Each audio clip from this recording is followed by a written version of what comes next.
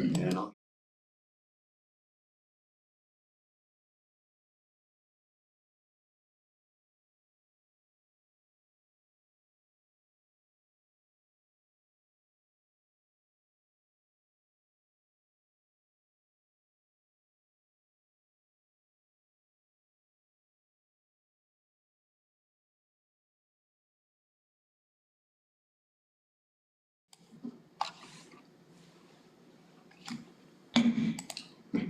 I'm about to call to order the Planning and Zoning Board meeting, City of Lake City.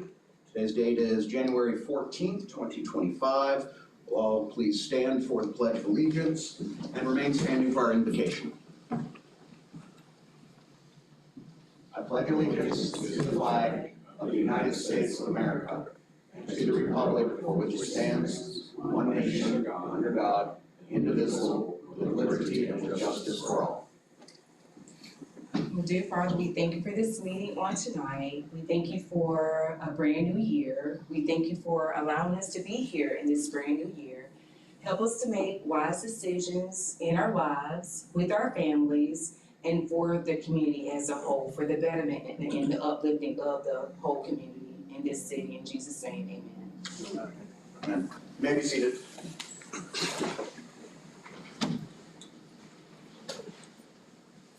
Mr. Angelo, roll call of participants. Ms. Wilson? Here. Ms. Douglas? Here.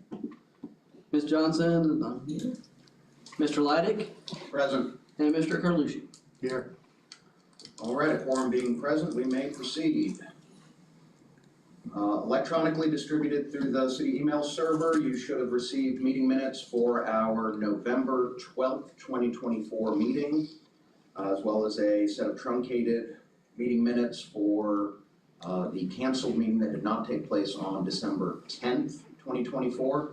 I trust everyone had the opportunity to review those meeting minutes. At this time, are there any additions, corrections, or deletions to the minutes as distributed electronically?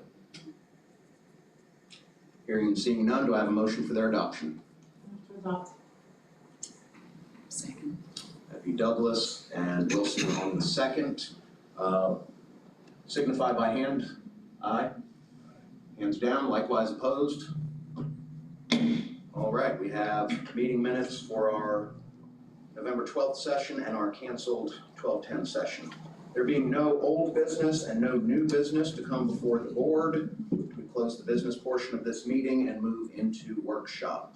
Before I yield the floor to Mr. Angelo and Mr. Thomas for a presentation on mixed-use zoning, we go ahead and, in preparation for our February agenda, can we go ahead and have a agenda item added that we will be taking nominations and holding a vote for vice chair of this board to replace Mr. Buller? Yes.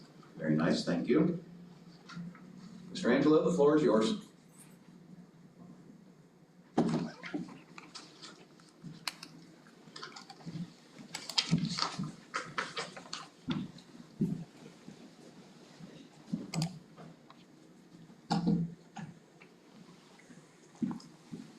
Thanks, sir. All right, good evening, everyone. So tonight we're going to do two different workshops. So the first one is going to be done by me, and the second one is going to be done by Mr. Thomas. I'm going to do large-scale mixed-use zoning. He's going to do small-scale. So we'll go into both of them, kind of explain what they are, answer any questions that the board may have on both of them, and then see where we need to go. And then after this one, we'll do a presentation for the city council to get some feedback also, and to do some more workshops with the community. And then we'll go into the legislation for it. So mixed-use zoning, and so there's our agenda for today. For this presentation, we're going to do definitions, benefits, key takeaways, and questions. And so what is mixed-use zoning? So a lot of people see mixed-use zoning, they don't really understand the whole concept. And it's basically just taking the uses, you're mixing them together. You know, currently in our current code, you can kind of get away with a mixed use horizontally, and that by putting commercial at the front of a subdivision, zoning that commercial, and then zoning the rest of it residential. With mixed use, you don't have to do that. You can blend the uses together. So mixed use zoning is an alternative to single use zoning This varies from a Euclidean zoning where land uses are separated in districts. And a mixed-use development places multiple uses within a development site. A mixed-use development also is a development is usually a vertical mixed use or a horizontal mixed use. So a vertical mixed use, a perfect example of that is the Blanche Hotel, which is right across the street from us. Perfect example of a vertical mixed use where you have one use down below and then you have a different use up above. And so vertical mixed use consists of one use on the street level with a different use above. A mixed use development would allow for different uses within the same building. And on the street level, you could have retail, you could have office space, you could have different uses that through there, and then have residential units above. The benefit, one of the key benefits to that is you have your community right above those retail shops, which is going to support those businesses and actually build a client base for those businesses down there. Mr. Thomas is going to get more into that. That works really well for a small scale mixed use, and he'll get a little bit more into that side of it. Horizontal zoning and mixed use zoning is where you have like a subdivision, you have commercial to the front, residential to the back. That would be an example of a mixed use horizontal. And so have different uses within the single area, but located in different buildings. This type of site may consist of a mixed use such as residential, commercial, retail, or office. And a residential subdivision with a retail use at the front of the subdivision, like a Publix Plaza, something like that at the front, and then going into the subdivision from there would be an example of that. So small scale versus large scale. And so this is just a couple key points that, some of the differences. Usually a small scale is less than 10 acres. And then where a large scale is going to be 10 acres or more. And a small scale typically does not provide for an open space for recreation. It's dependent on the city or other entities providing the open space for it, where a large scale must provide an open space for recreation. And typically you see a lot of them with like a 10% of the land use has to be dedicated to open space is what you typically see.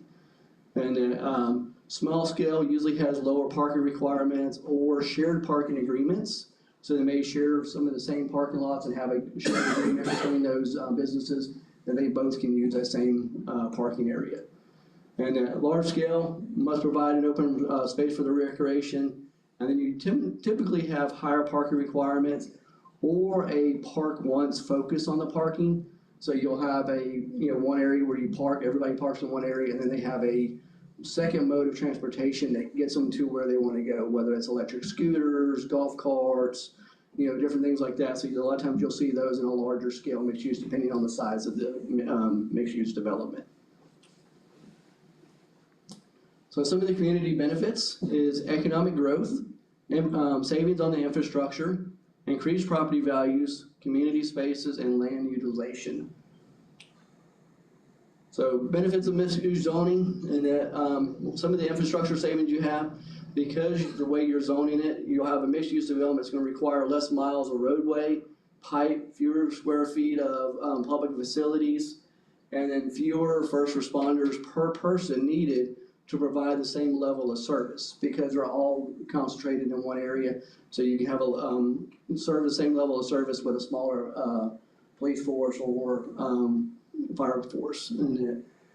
So in a mixed-use development, do not encourage urban sprawl, and that where you're just encouraging growth, keep going out and out and out, and that it doesn't encourage that you encourage more upward growth. So this has helped to reduce the miles of travel for autos, so you get less congestion on your roads, and that which is always a big benefit.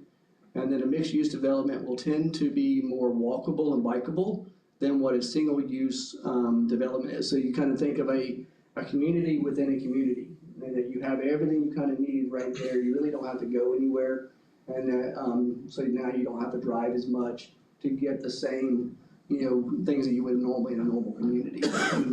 So one of the benefits.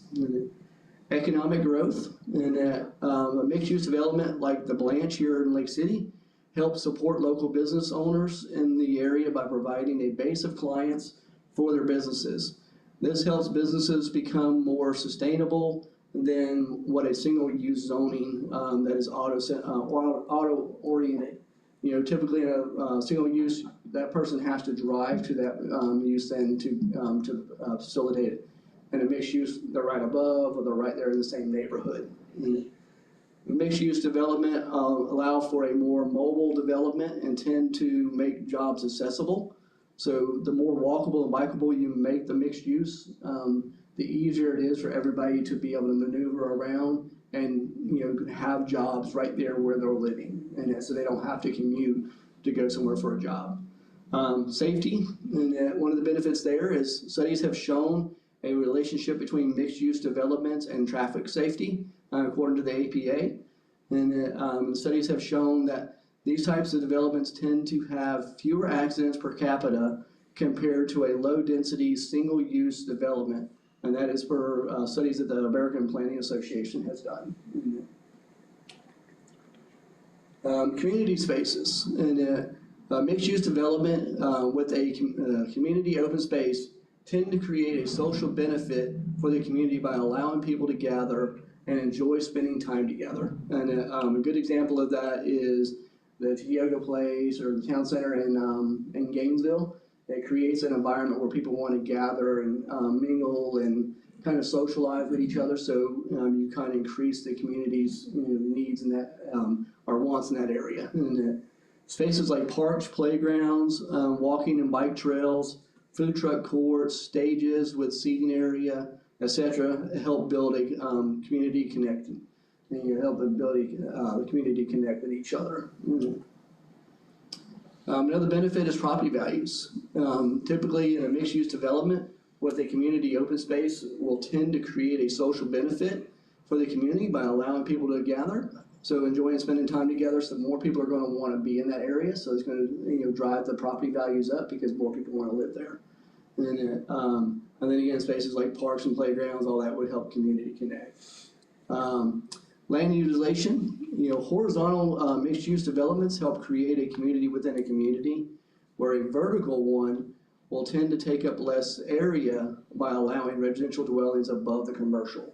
So, when a city starts kind of running out of area and they don't have nowhere else to develop, by doing mixed use, you can go up and you can still get the same, accomplishment of the same area with a lot less land.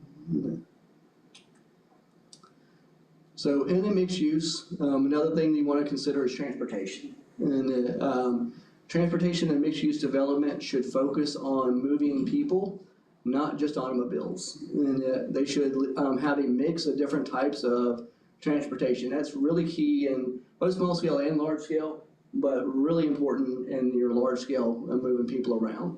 And things like e-bikes, microtransit, golf cart, shared pass, these are all great additions to a mixed-use development that will help make it more walkable and bikeable. Transportation, another one use of it, or another design consideration is a mixed-use design should consider curbless streets in key areas to help promote gathering areas. So you've got a street kind of going through there, which does allow some auto traffic through there, but you take the curbs out and you make it more pedestrian focused. Yes, a car can go through there, but the pedestrians are the main focus there, and by taking the curb streets away.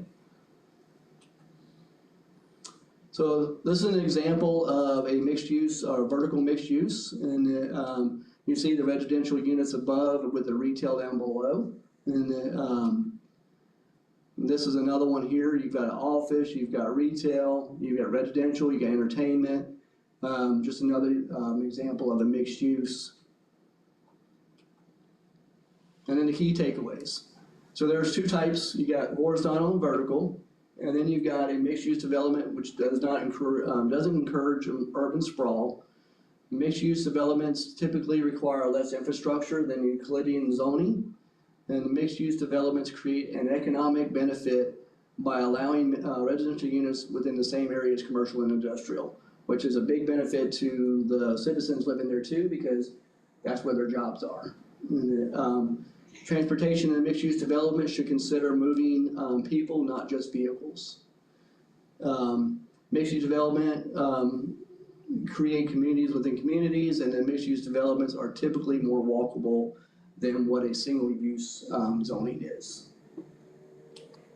And then, any questions? Questions, comments, or?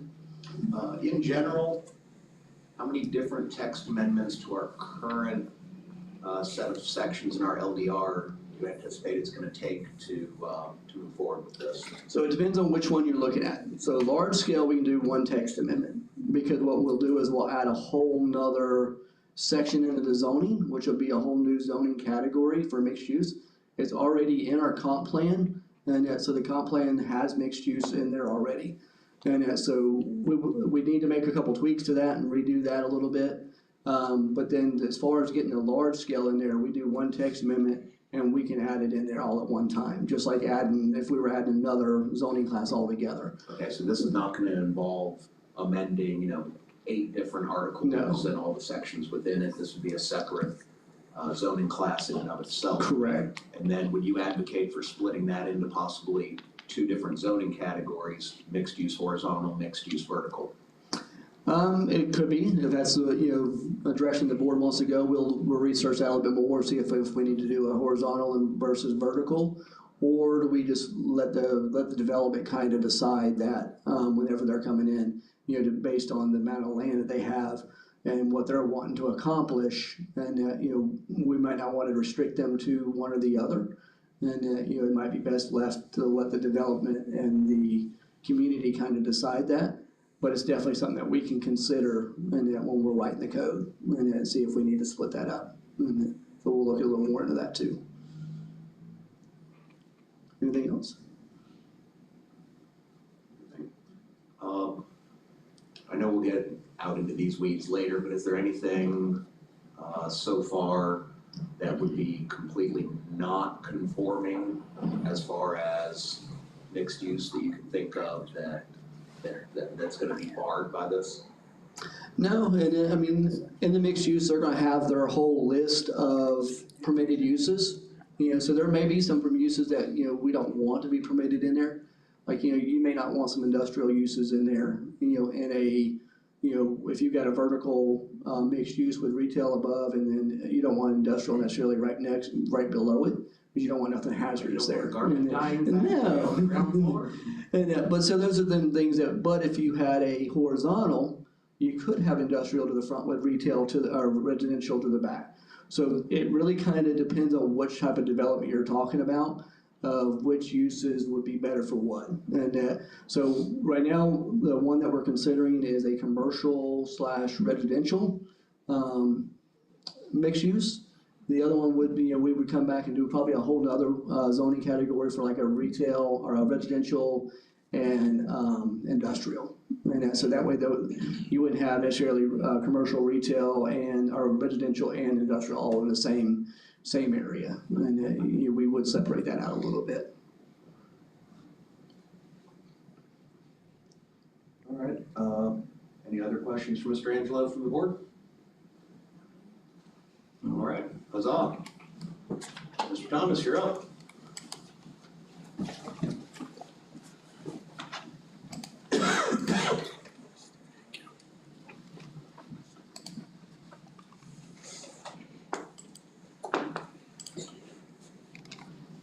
Mr. Chair, it dawned on me one question for Mr. Thomas before he starts. I keep hearing the reference to Euclidean zoning. Can you talk about what that is? I was actually gonna go into that for those that aren't familiar with it. It How is long have you been serving this board and you don't know common zoning terms? I understand. I'm asking for the benefit of others. Right.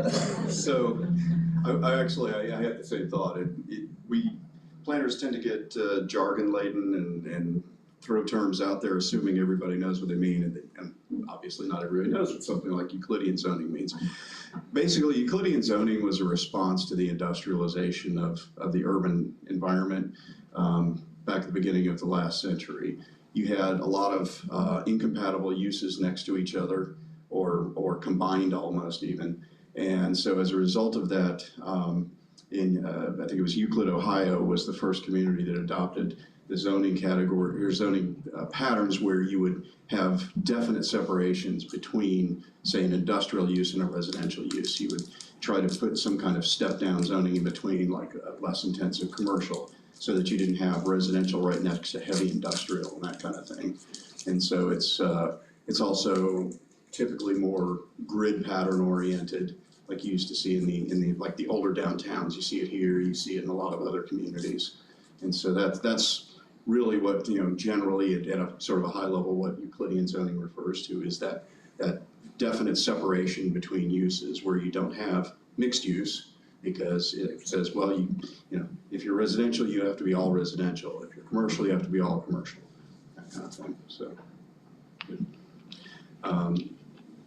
and so what Robert talked about was the more larger scale concept where you have maybe, you see this in some communities where you have the commercial developments, retail, maybe even some offices in the front or in a core in the center, but then surrounded or by residential or residential in the back, and you may have some residential above as well. Usually on the larger scale, you're not going to get a lot of vertical development because they have more land to work with, and so it's cheaper to spread out than to go vertical.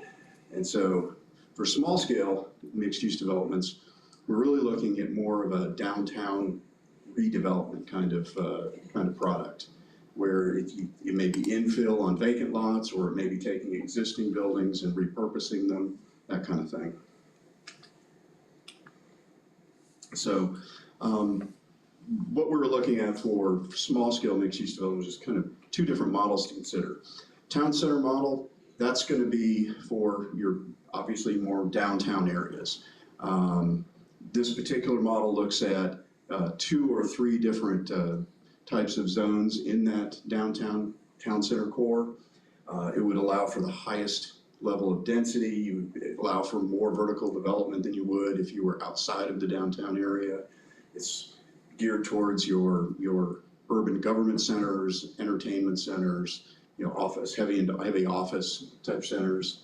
And the whole concept there is that if you can build the residential base, it supports the business, and that's true for all mixed use. It'll support the businesses that are either below or adjacent to the residential development. Whereas, and that's one of the things that happened as a result of Euclidean zoning was, as the automobile became more prevalent, people escaped the downtown areas into the suburbs, and the downtowns began to die. And so one of the ways to bring back your downtowns, you got to have residential in the downtown to support the downtown businesses more than just during the day. You need them there in the evenings as well for your restaurants to thrive, your stores to, your retail stores to thrive, and that kind of thing. And so mixed use, small scale mixed use development and redevelopment and infill is a way to accomplish that. And then another kind of a companion model to that would be sort of a neighborhood commercial model. This would be appropriate for areas outside your urban core, but that have naturally developed some commercial along a particular corridor. So it's not necessarily a low volume local street. It might be a minor collector type street going through a residential area that would be appropriate, where you could also have some small scale retail development on below, and maybe 1 or 2 stories of residential development above. Less intense development than you would see under the town center model. And so with the town center model, again, it does promote the development of compact downtown development. It's most of these models are very pedestrian oriented as opposed to automotive oriented. They're not necessarily automotive unfriendly, but they're certainly much more pedestrian friendly. And that again is important. People need to feel comfortable in their environment as they're walking downtown or walking in the town center areas. It does promote a diverse mix of residential and various types of businesses. Obviously, generally you're not going to consider something like heavy industrial in one of these areas. It would no longer be appropriate, even though some communities do have industrial in their downtowns as a holdover from many decades past. Again, encourages pedestrian-oriented development, which is key. People have to feel safe in their environment that they live in. Health and well-being of residents, because again, you're encouraging more physical activity by walking instead of getting in a car and driving somewhere every time you have a need. You need to go to the store, or you want to go out to eat. You don't have to get in the car. You can just walk, a couple of blocks, 2-3 blocks or so, to have that need met. Twisting my words. And it does help create, it's placemaking, it's destination making for your downtown. It's what draws people in to your downtown, is that pedestrian friendly environment where they can go shopping, they can go eat, they can do whatever, they can recreate downtown. The entertainment districts are often in the town center, downtown centers. And so it creates that place for people to gather where they want to go in. So in addition to the people who live in the downtown, it also becomes a draw for people from outside the downtown to come in and spend their money, basically. And enhance community's character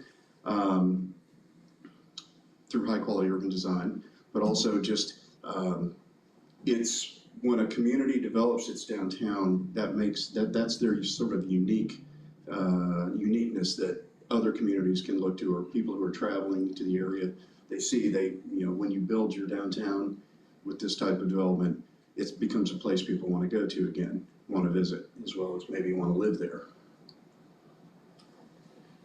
So you can utilize 2 or more sub-districts. This particular model, and I just did some example boundaries in our downtown, but the TC1, the Town Center 1 core sub-district, that would be where you allow the absolute highest density in the model. You'd allow for a little bit more vertical development than you would outside of this area. Maybe you would look at something up to 5 to 7 stories high, or potentially maybe even a little higher, if in the future that demand for that occurred because of popularity and the desire to develop downtown. And then the Town Center 2 sub-district, it'd be a less intensive version of that. You'd have less vertical development, maybe 2, 3, 4 stories at most. And then Town Center 3 would be less intense yet again. And it's stepping down from the more urbanized core as you get out from the urbanized core. And this is just an example of some of the uses that would be allowed in the 3 different categories. Obviously, like I said, you might not want to have any heavy industrial or anything like that, but there may be times when small scale manufacturing would actually be appropriate. And there's some communities that have started allowing small scale manufacturers, mostly handcrafts and things like that have their shop in the back but their retail in the front. And so you might not necessarily want to outlaw all manufacturing in these districts, because you could have small scale that would actually work very well and become a draw again to the downtown from people from the outside, because they want to go look at those goods and purchase those goods. And they come to the neighborhood commercial model. Again, this would be more of an area in a predominantly residential section, but that had some commercial development along maybe its major roadway corridor through that residential area. It's not something you would see on US 90, but it's something you might see on, trying to think, pardon me, I'm still fairly new to the area, so I'm trying to think of appropriate area. But there would be other areas outside of the urban core where you still had a commercial area, but you wouldn't want to develop it to the same intensity that you would allow in the urban core area. And so, again, mixed-use buildings, you've got your retail, your restaurants, maybe some small-scale entertainment type of venues in the downstairs in the lower floor, and then you'd have some residential in the second and third floors. Again, very heavily pedestrian oriented to try to make people feel safe in the environment as they're shopping there. And again, by promoting pedestrian instead of automotive use, it's a healthier alternative, because people are getting a little bit more exercise than just jumping in their car heading to the store. And again, a list of, potential small-scale uses there as well. P is permitted, C is by conditional use, and is not permitted. And for all kinds of mixed-use development, you're gonna have these considerations as well. So, how big of a commercial entity do you want to allow in each of these different districts, whether it's in the large-scale commercial or mixed use, or in the smaller-scale mixed use? What are you gonna allow indoor versus outdoors? I worked for a city that there was no allowance to have outside dining of any kind. And so when we had restaurant owners asking if, well, I want to put tables and chairs out, we had to change the code to allow for that. That'd be built into this presumably. Again, these are the weeds kind of issues that would happen if the council decides that, or the community decides that they would like to go with this direction to try to promote redevelopment of downtown, that we'd have to work out. Setbacks, you notice most of these buildings are more of a traditional design where the building is up to the front, you have little to no setback up to the sidewalk. So the other considerations there. Off-street parking is a big one. You have to decide how much off-street parking is going to be required. For a lot of these smaller scale mixed-use developments, you don't actually require any if there's some public parking available on the street in front or in lots behind. And so that is sort of an inducement to a developer because parking is very expensive to provide. Either you're using up a lot of land or you're going vertical, which is extremely expensive. And so if there's enough parking already provided by the municipality, you don't have to necessarily put that burden on the developer. Again, as an inducement to make it more affordable for them to develop. And there's a lot of details that would be worked out, but it would be built into the code that would be presented at a later date, again, for your consideration and then by the consideration of the council. So, with that, are there any further questions? Well, I think it's really nice, especially when you mentioned about how it would be, pedestrian friendly.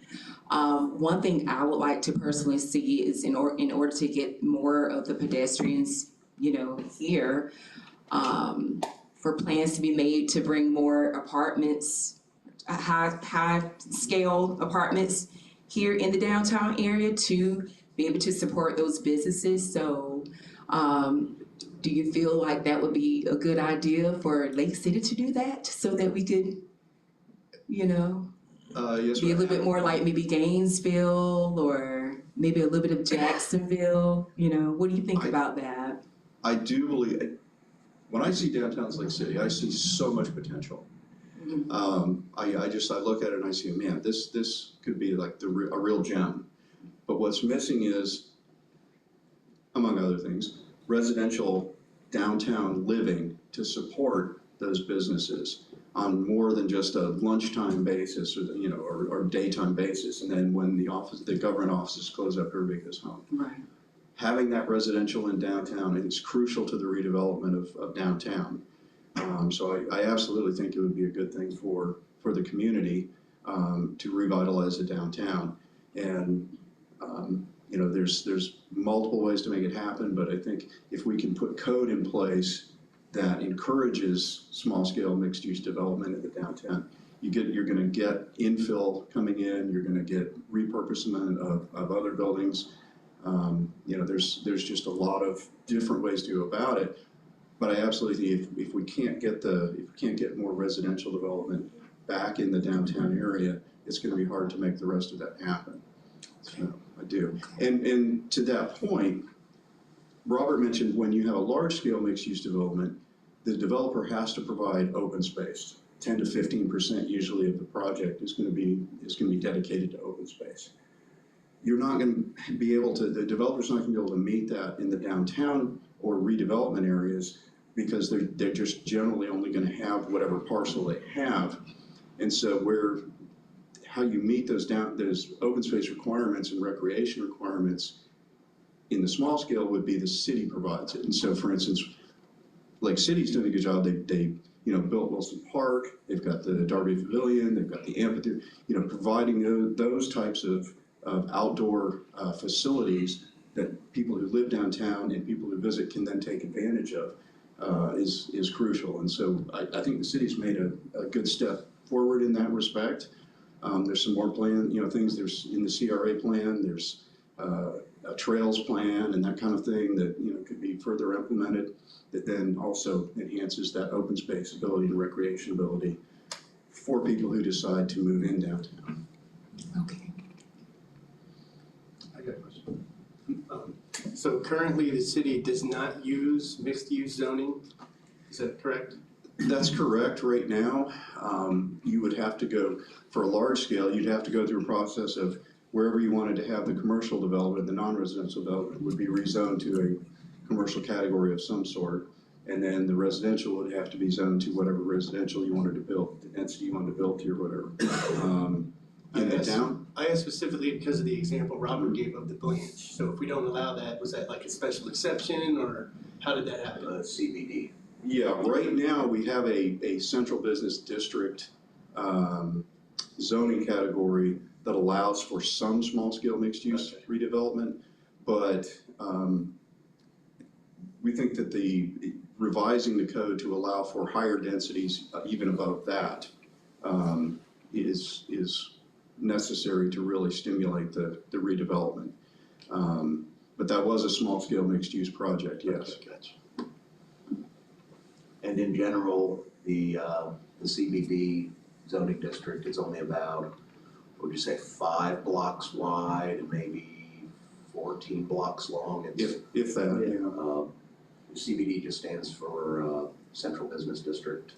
It's literally the core of our commercial district, and it does, I think, extend a little bit south of 90, a few blocks, not terribly far, but. It's a pretty small footprint right now. And by going to something like the town center model or whatever, you build in a lot more flexibility, which, that CBD code was probably written 40 years ago, something like that or more. And so we think that it's time to kind of modernize that based on current market trends and development realities that exist now versus what was in place back then.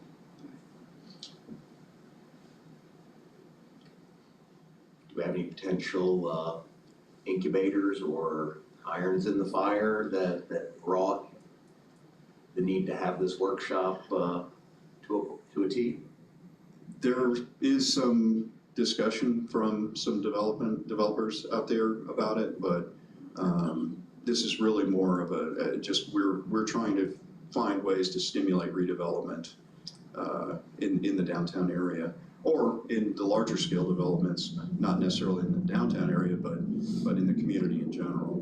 So, but definitely for redevelopment, this having the right code in place that takes out a lot of the impediments that the old code, antiquated code has.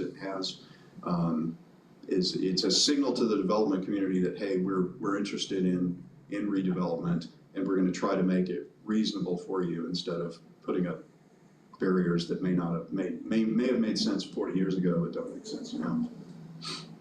So is there really a need for large-scale mixed use within the city limits? Because there's not that much space left. Do we really need to revise the code, being as we don't have space? We For do that. have, I think Robert may be better to address it. You've looked at more of the available lands for a large scale. So there are some areas that we've annexed in that, out towards the airport area, to the kind of the southwest of the airport. There's 400 or 500 acres of land out there that's vacant. That would be great for large scale mixed use, and that, so it does. But the adding this in, what we cannot accomplish in our current code is if somebody wanted to do a large scale vertical mixed use, where kind of like the town center or the Celebration Point in Gainesville, if somebody wanted to do something like that, they could not do that here in Lake City, and based on our current code because of the way it's written. And with adding this, it'll allow us to do that. Plus, we, in our comp plan, we adopted mixed use into the comp plan in 2020. And so now we need to add it into the LDR to make them compliant with each other. And because the comp plan is supposed to guide your LDR. Anything else? All right, thank you, Mr. Thomas. Thank you. Anything else for the good of the order while we're still under the workshop section for planning and zoning? All right, having concluded our business as a planning and zoning board, do we have a motion to adjourn? Motion to adjourn. Second. Wilson and Douglas by hand sign, all in favor? Aye, hands down, likewise opposed. All right, let me switch these tiles and we'll get started on our next one.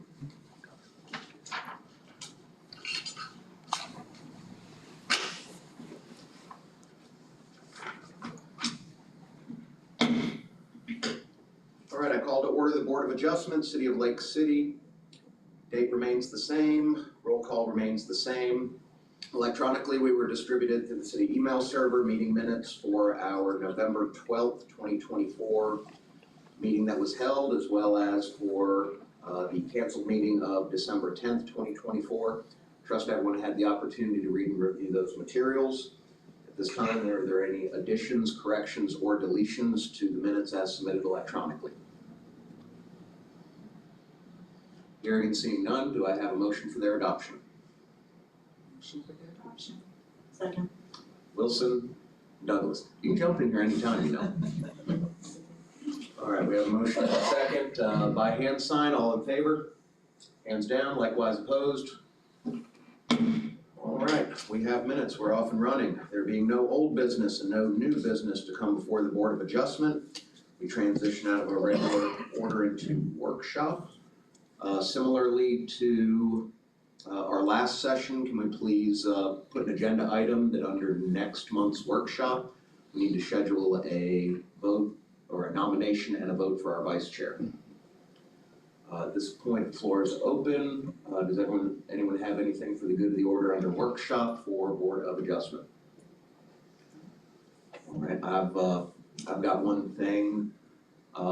What sort of potential movement do we have on some of the talk of possibly spinning off the Board of Adjustment as its own separate entity for appellate purposes? Are we any closer to that, or is that still something where we've just got in the fire? Currently, we're still working on, and we're gonna look at other jurisdictions, kind of see how they do it. And then, one of the complications of that is getting enough members to serve a second board. And so town this size kind of makes that hard sometimes. As that board would just handle adjustment issues, special exceptions, and appellate situations, would that have to be populated with a 7-person board, or could that be a smaller 3-person tribunal or a 5-person board? It could possibly be a smaller board, like a 5-member, and that we still have a 3-person quorum or something like that, along that lines. It's something that we need to look into a little bit more though, and kind of see how some other jurisdictions are doing it. Gut instinct, is there any chance this will be done by October when we start timing out on our terms? Possible, and it's something we'll definitely work on and try to get to there, but, there's so many other irons in the fire right now, but we do need to get that done, to update the LDR. Alrighty. Anything else under workshop? Anything from our barrister? Nothing. Nothing. All right, at this time, do we have a motion to adjourn Board of Adjustment? Let's adjourn. There we go, Mr. Carlin, you jumped in. Ms. Wilson on the second. All right, by hand sign, all in favor? Aye. Hands down, likewise opposed. Board of Adjustment stands adjourned.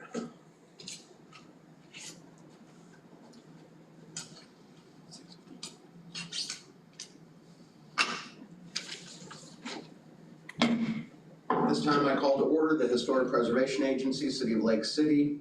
The date and the roll call shall remain the same. Likewise to our last two meetings, our last in-person meeting of November 12th, 2024, the meeting minutes were electronically distributed through the city's email server. And then additionally for our canceled meeting on the 10th of December, I trust everyone had the opportunity to look those over. At this time, are there any additions, corrections, or deletions to the minutes as submitted electronically? Hearing and seeing none, do we have a motion for their adoption?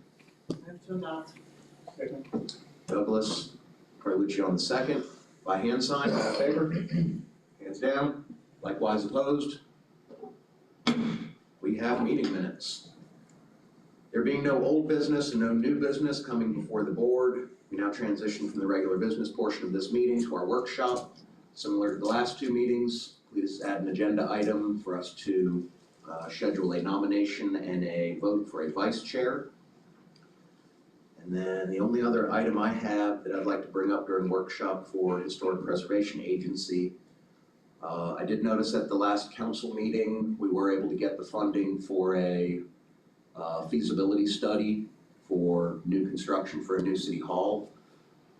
If that is to be downtown in the historic district, is the board gonna be consulted on possible exterior elevations during the design process, or are we just gonna eventually see a finished product and either have to vote yay or nay? I'm not 100% sure how that process is gonna work, but it definitely would, be in the best interest of the city to have the board involved. Being that if it's in the historic district, it's gonna have to Because be. Article 10 does specifically give us the Correct. power to assist property owners, such as the city, in the preparation of their historic preservation plans. So that would be an issue where we actually can come out from behind the rostrum and sit in on an interdisciplinary team meeting talking about how Article 10 is gonna affect this new construction. Yes, and definitely something as we move forward, and it was something like that, if that's the direction the city decides to go with building a new city hall, then we'll look more into that. But, right now with the feasibility study, it's just kind of that, just seeing, is it even feasible? What do we need? And just to confirm, during the hurricanes, when we got near 100-mile-an-hour winds, that net out there didn't catch a single brick, right? Correct. All right, so this one's got good bones. Does anyone else have anything they would like to bring up under workshop items for Historic Preservation Agency? All right, we're gonna get out of here in near record time. Don't no one get used to this. All right, having passed through our regular order of business, do we have a motion for our adjournment? Move to adjourn. Carlucci, Douglas. By hand sign, all in favor? Hands down, likewise opposed. 3 for 3, we are out of here. Please cut the audio.